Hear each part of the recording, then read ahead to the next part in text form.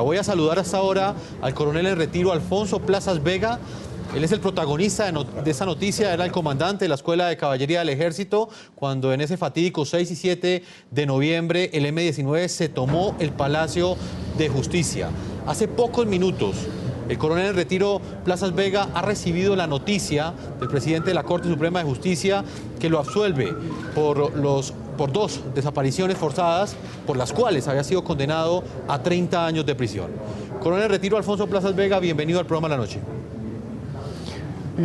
Jefferson, me encanta saludarte a ti, a todo el equipo de trabajo tuyo y a todos los colombianos a través de este canal, y en especial a los militares que me están escuchando en todo el territorio de la República. También extiendo mi saludo a todas las redes internacionales que están conectadas con ustedes. Muchas gracias. Pues coronel, yo le agradezco esa entrevista en primicia que nos está concediendo. Hace pocos minutos usted ha recibido una noticia que venía esperando hace 8 años y 5 meses.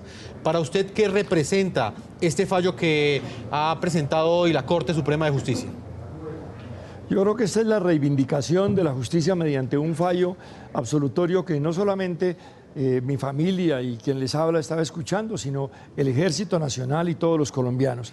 Yo tengo que darle gracias a Dios por lo que ha sucedido en el día de hoy, por haberme dado la fortaleza durante todo este tiempo para resistir los avatares de esta terrible lucha que ya, como Tania lo explicaba, hemos tenido que sufrir en familia, pero también acompañado por los amigos y por el Ejército de Colombia y, por qué no decirlo, por todos los colombianos. Yo quiero en este momento volver a reivindicar, o mejor, a repetir algo que dije en el primer momento en que me entrevistaron al conocer la sentencia absolutoria, y es mi gratitud con los medios de comunicación, porque en este juicio que me hicieron a mí, no me dieron oportunidad de defenderme, la palabra no me la dieron en el juicio para defenderme. Yo me he defendido a través de los medios de comunicación. Son los medios de comunicación los que me han permitido expresar todas las razones que me asisten para decirle al pueblo colombiano que yo soy inocente y que las imputaciones que se me hicieron son falsas y que lo que se armó contra mí fue un complot. De modo que el fallo de la Corte Suprema de Justicia es una reivindicación al sistema judicial colombiano que venía cojeando a través de la investigación en la Fiscalía y de las sentencias del ACUO y del ADCUEN. Coronel en retiro Alfonso Plazas Vega, usted dice que prácticamente fue una injusticia y lo ha ratificado la Sala Penal de la Corte Suprema de Justicia al declararlo inocente. ¿Usted quién cree que estaba detrás de este complot del que usted alguna vez me hablaba y del cual pues no me lo podía decir francamente en cámaras porque estaba enfrentando un juicio y usted quería respetar esa decisión de los jueces? Pero hoy quisiera preguntarle, ¿usted quién cree que estaba detrás de todo esto? Los enemigos de la patria. Los enemigos de la patria creo que están representados fundamentalmente con el terrorismo y el narcotráfico. ¿Y el narcotráfico específicamente por qué? ¿Por el cargo que usted tuvo como director nacional de estupefacientes?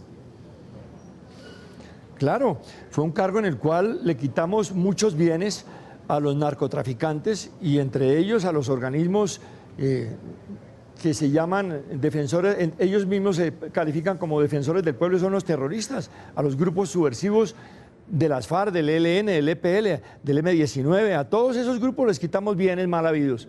De modo que eso me generó un odio terrible por parte del narcotráfico y el terrorismo, y como ellos tienen algunas piezas claves infiltradas en la justicia, lograron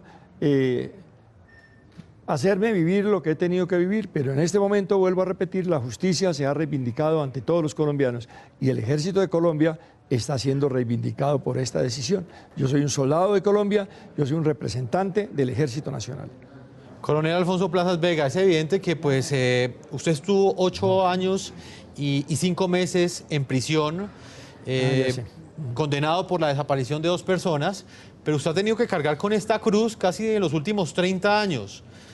El hecho de haber sido uno de los protagonistas de la recuperación del Palacio de Justicia, ¿qué impacto tuvo en su carrera como militar? El hecho de que hubiese sido sindicado, inclusive muchas veces acusado por la desaparición de estas personas, ¿qué impacto tuvo en su carrera como militar específicamente? Acabó mi carrera militar.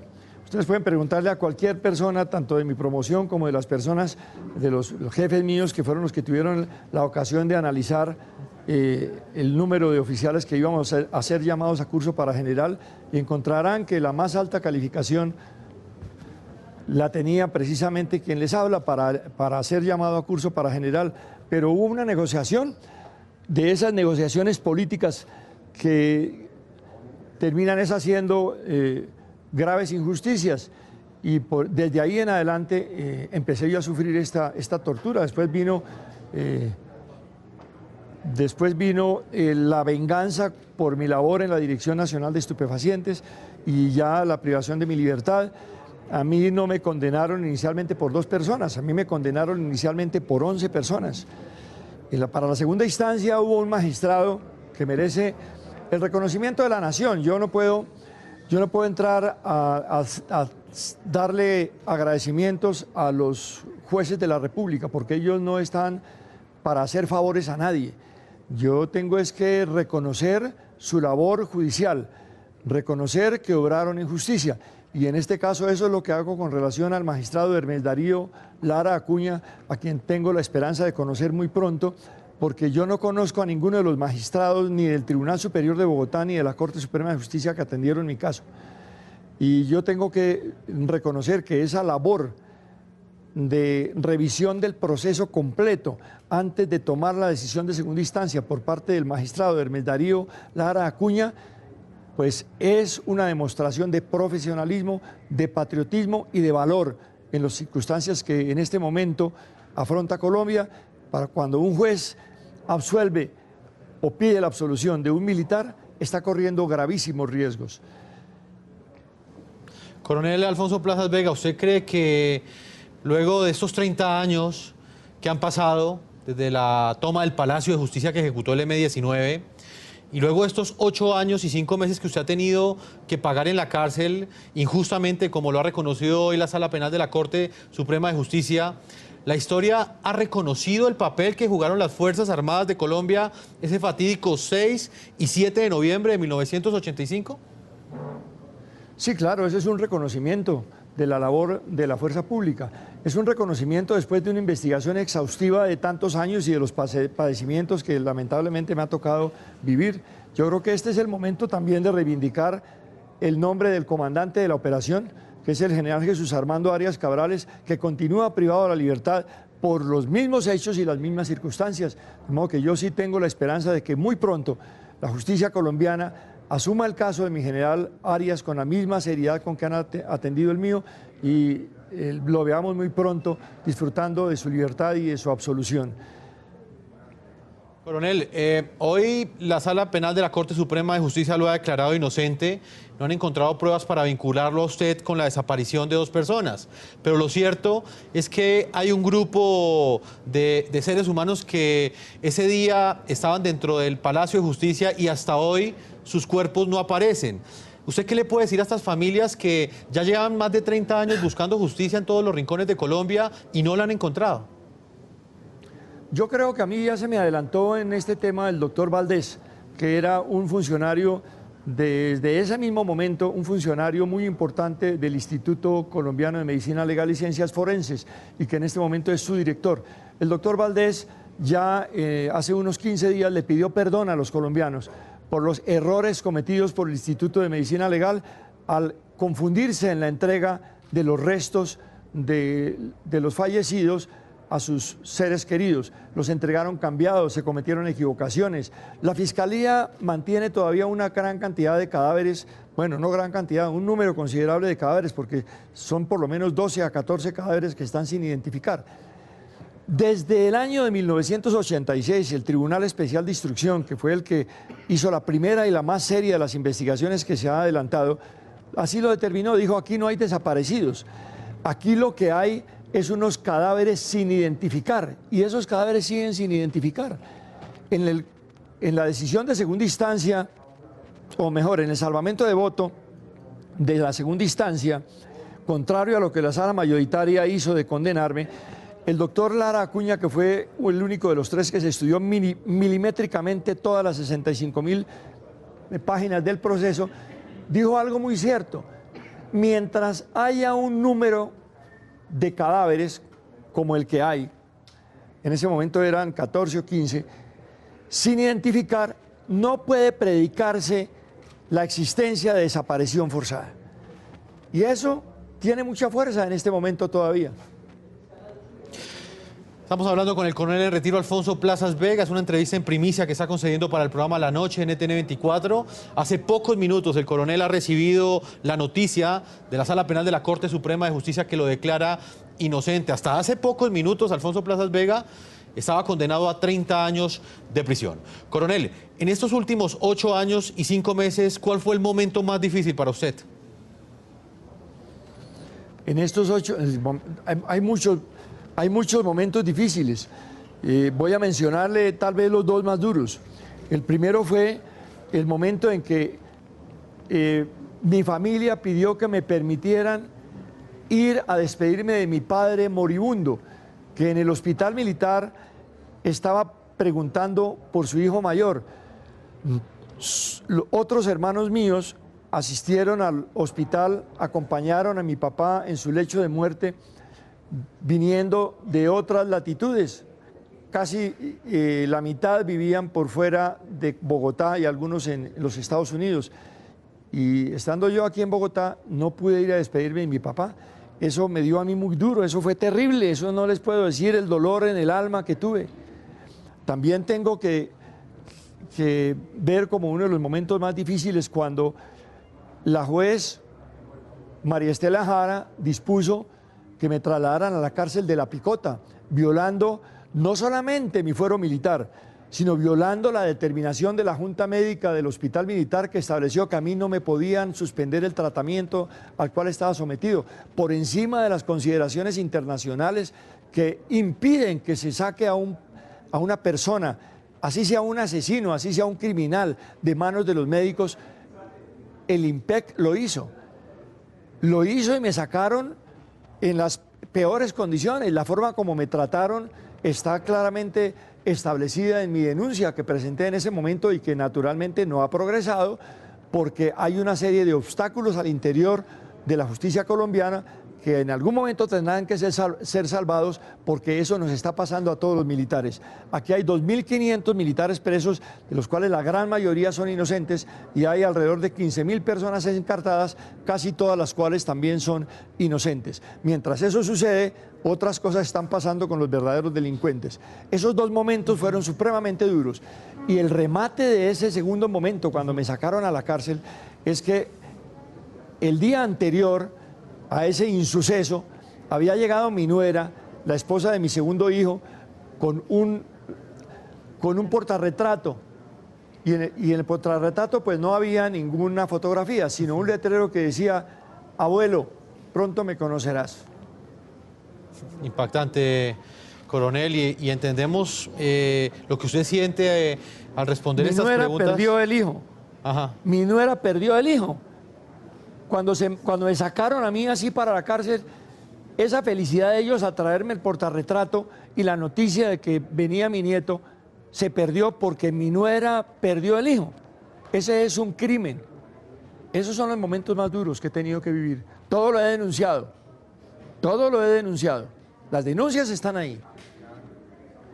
Coronel, pues han sido momentos muy duros, pero también hay unos responsables de esos fallos que hoy la Corte Suprema han dicho que son equivocados. Por ejemplo, ese fallo de segunda instancia que lo condenó a 30 años de prisión. Alguna vez tenía yo la oportunidad de entrevistarlo a usted hace varios años y usted me decía que diferentes operadores judiciales eran responsables de todo lo que sucedió, de las pruebas que fueron presentadas tanto en primera como segunda instancia y que en este momento fueron desvaloradas por la máxima instancia de la justicia penal en Colombia, que es la Sala Penal de la Corte Suprema de Justicia. ¿Usted va a emprender algún tipo de demanda, algún tipo de medida para resarcir ese daño? Si es necesario, lo hago, pero yo creo que oficiosamente eso tiene que hacerlo la justicia colombiana. Mire, acabo de decir una cosa que es una realidad. Todo lo he denunciado. Las denuncias están ahí. Cuando yo digo que todo lo he denunciado, lo que estoy diciendo es que todo el tiempo he creído en la justicia. Porque si uno no cree en la justicia, no denuncia. todo está ahí, todo lo he denunciado, porque siempre he creído que por mucho juez corrupto que haya, por mucho fiscal corrupto que haya, siempre habrá una mayoría de jueces honorables y justos. Y hay que creer en la justicia. Además, por encima de todo está la justicia divina. Por esa razón y por lo que les acabo de mencionar, siempre he estado presentando la denuncia. A cada uno de esos operadores judiciales que obró mal, llegará un juez honorable que le tomará cuentas. Coronel, en ese momento muchos se preguntarán si esto le sucedió a usted, que era un oficial o es un oficial del ejército muy reconocido, lo era muchísimo más en la década de los 80 y de los 90 cuando usted era un militar activo. Si eso le pasó a usted, ¿qué le podría pasar entonces o qué podría esperar otro colombiano que sea acusado falsamente sobre algún delito o sobre algún hecho? Jefferson, esa pregunta nos la hacemos todos los colombianos. Todos los colombianos nos hacemos esa pregunta. ¿Qué le pasará a esa cantidad de personas que se hacinan en las cárceles? ¿Cuántas de esas personas son inocentes? Esto es un problema muy grave que tiene que atender Colombia. Yo creo que en este momento el problema más grande de Colombia es ese, la corrupción judicial. Y ese problema de la corrupción judicial lo tienen que resolver son los jueces honorables, como los que acaban de darme la absolución. Aquí hay necesidad de hacer una revisión cuidadosa, no solamente de lo que ha pasado en tantos procesos torcidos, mal orientados, sino también en cuál es la forma como se está escogiendo a las personas que van a ser fiscales y jueces en Colombia. Porque no se trata solamente de hacer un examen a ver si aprueban los conocimientos para tomar una decisión acorde con la Constitución y las leyes de la República. Más importante todavía que eso es escoger jueces que tengan las calidades morales y éticas para ser capaces de tomar una decisión en justicia. Es que para ser justo no se necesita ser juez, ni se necesita ser abogado. La justicia, la condición natural del hombre es de ser justo. Por eso en muchos países y precisamente los más desarrollados, los veredictos los toman ciudadanos comunes y corrientes, escogidos del común de las personas, entre aquellos que son calificados como los más honorables, los más éticos y los de un comportamiento y una moral a toda prueba. Esas son las personas que tienen que tomar las grandes decisiones. En este momento yo conté con la suerte de que esas personas son unos magistrados de la Honorable Corte Suprema de Justicia que han tomado la decisión de darme su absolución. Y tengo también que reconocer la caballerosidad de la Honorable Corte que tomó la determinación de que su presidente tuviera la gentileza de comunicarse conmigo de primero y darme a mí la noticia de la absolución. Ese es un ejemplo que deben seguir no solamente todos los jueces y los magistrados de la República de Colombia, sino los funcionarios de la rama ejecutiva y de la rama legislativa. Coronel, hay una Aquí frase... no podemos seguir enterándose de las cosas que pasan contra las personas o a favor de las personas por los medios de comunicación, con todo el cariño que yo le expreso a los medios de comunicación. Coronel, hay una frase que recuerdan todos los colombianos que quizás ha sido de las palabras que se convirtieron en un ícono de lo que fue ese operativo o esa operación de recuperación del Palacio de Justicia.